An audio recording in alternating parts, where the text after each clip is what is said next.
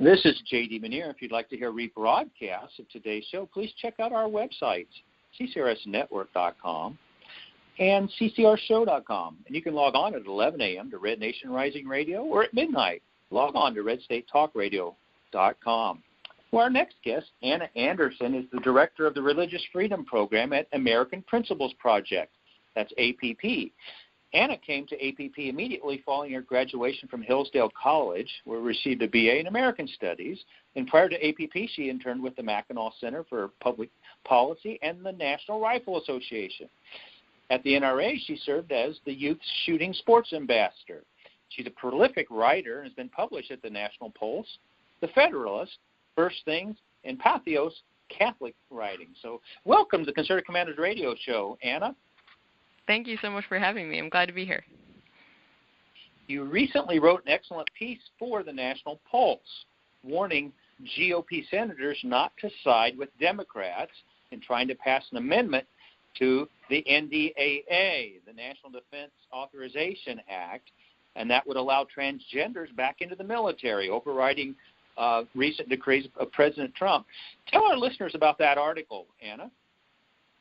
Yeah, so last week, CNN reported that Senate Democrats will be trying to take up the NDAA in order to attach an amendment reversing Trump's directive banning transgender persons from military service, from the military paying for sex transition surgeries, and directing General Mattis to come up with a solution for what exactly to do with transgender service people who are currently serving.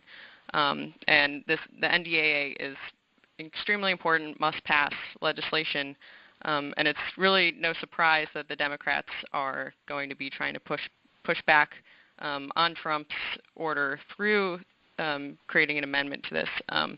What kind of does come as a surprise are the number of Republicans who are jumping on board with this.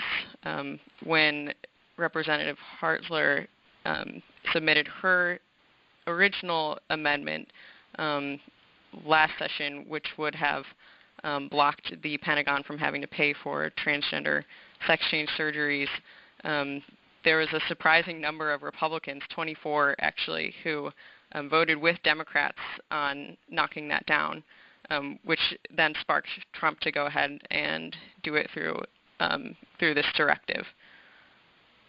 Well, Anna, and it was a narrow vote. You mentioned House Rep from Missouri, Vicky Hartzell, but 209 to 214. With, like you said, 24 GOP members sided with the Democrats on this issue. So it's on both chambers, isn't it?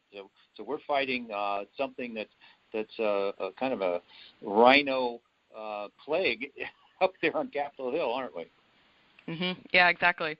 And you've seen the media come at this issue from all different perspectives, which, and I think partly because it happened so quickly, and with so many different concerns in play here, there was really no clear direction to Republican members on what exactly they should be doing. And because there was no strong voice on this policy, a lot of them were able to slip by.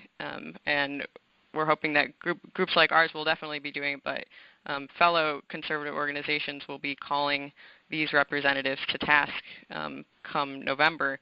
But there's just a lot of different issues at play here, but two of the most significant ones, I think, is, first of all, the criticism leveled at President Trump that he's just a bigot, he's anti-LGBT, and that's what this policy is rooted in. And that's completely false. This is actually very, very good policy, and that's one thing that's come out from conservative thinkers across the board, that actually Trump's policy here is rooted in biology, not bigotry against transgender persons. There are actually a lot of concerns with admitting people who identify as transgender into the military. The cost of the surgeries that come along with the process of transition is definitely one of them. The concerns for military readiness is another. Are we going to take out necessary medical equipment in a surgeon's bag when he's in a war zone in order to include the necessary hormone therapy shots and patches for a person who is undergoing hormone treatment for their sex change? So those are the kind of questions that we would have to be answering in actually having a policy that accommodates people who identify as transgender in the military. And that's one thing that I think Trump did a great job of looking at, speaking to top military generals about and saying, actually, this does put our military more at risk, and it compromises the best ways that we could be spending our few military resources. So that's really the first issue with this directive. And the second, is just that Republicans are actually going against their political interests in voting this way with Democrats. This is the transgender issue is one that not only do you have a great split between the Republican base and Democrats, but you have a large portion of people in the middle, independents and even soft Democrats, who are actually still undecided. They just don't know enough about this issue just because it's sprung up out of nowhere, seemingly. And all of the polling that we've seen shows that a huge proportion of independents and soft Democrats are actually more with conservatives on the transgender question. Well, Representative Hartzell pointed out a sex transition, it causes a member of the military, and this was in your article, I believe, you can't be deployed for at least 7 months when they go through this surgery. I mean, that's a long time of not being able to serve, very costly. You also pointed out that it's like people with diabetes. They want to volunteer, but they can't be a member of the military because in combat situations you can't have to be asking for insulin shots. I mean, it's just a matter of readiness, isn't it? Yeah, that's exactly right. Military readiness as a whole as to where are we directing our resources.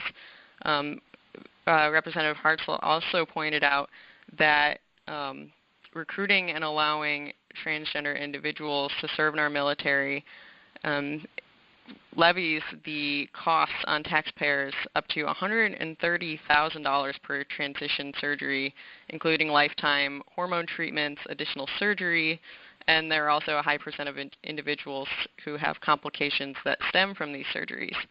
And that's exactly right. There are actually physical barriers to serving in the military. It's not a right, it's a privilege. And there's been a number of other conservative writers who actually did serve in the military who have pointed this out.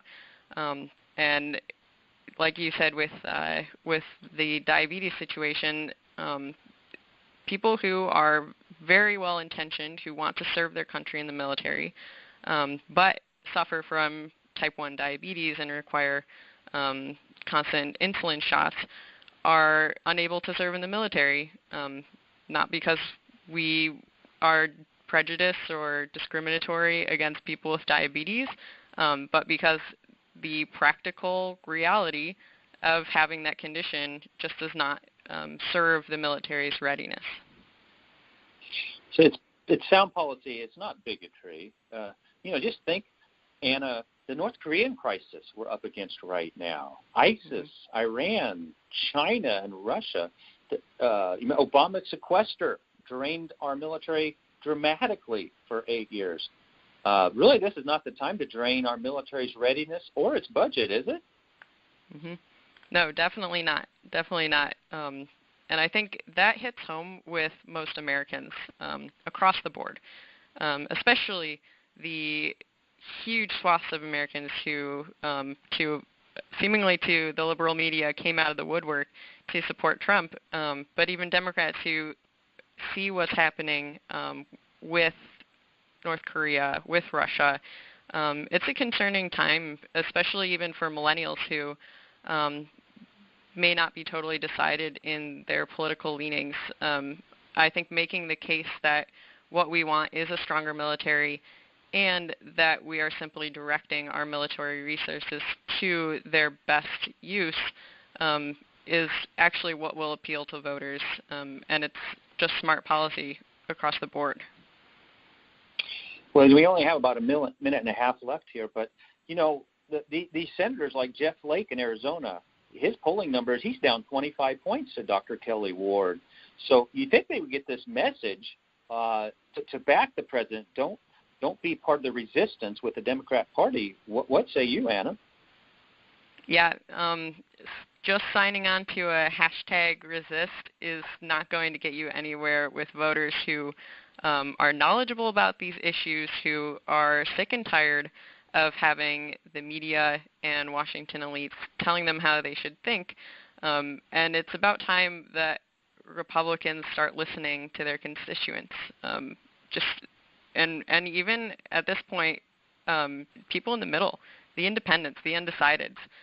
This is a huge wedge issue, I think, and this is one very important issue that Republicans would do well to start listening to their voters on. Anna, how can our listeners read your writings and support the American Principles Project? Yeah, well, I write at thenationalpulse.com. That's PHENATIONALPULSE.com. And the organization I work for is American Principles Project. We are a 501c4, and we do electoral politics, and we also have a 501c3 American Principles Project Foundation. And that's also where you can find the link to our writings at the National Pulse. Anna, thank you for coming on the Commandos radio show. God bless.